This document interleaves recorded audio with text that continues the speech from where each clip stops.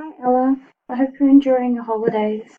I'm just taking a look at your assignment here, so I'm quite pleased with it.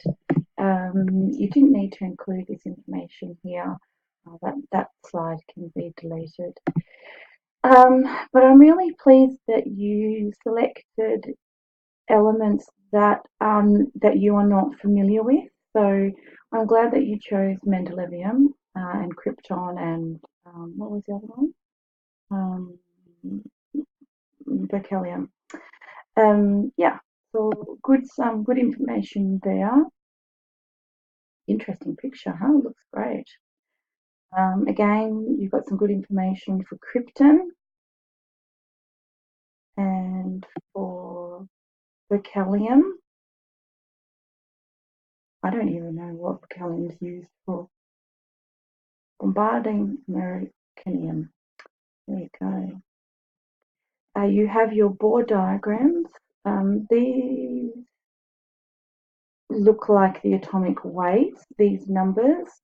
If you don't know what they are, don't put them in. Um, but you needed to have the the symbol which you've got, but you needed the atomic number, the mass number, um, and that kind of thing. You've got the Bohr diagram for krypton. Again, that didn't need to be put in. You had for berkelium, you had your Bohr diagram, and then you said krypton only combines with oxygen, um, but there should be some chemical equations out there, but you would have had to look for them quite um, more than just looking at the three websites that you've looked at or that you've included in the bibliography at least. Um, so same with Mendelevium. You've included some interesting facts, although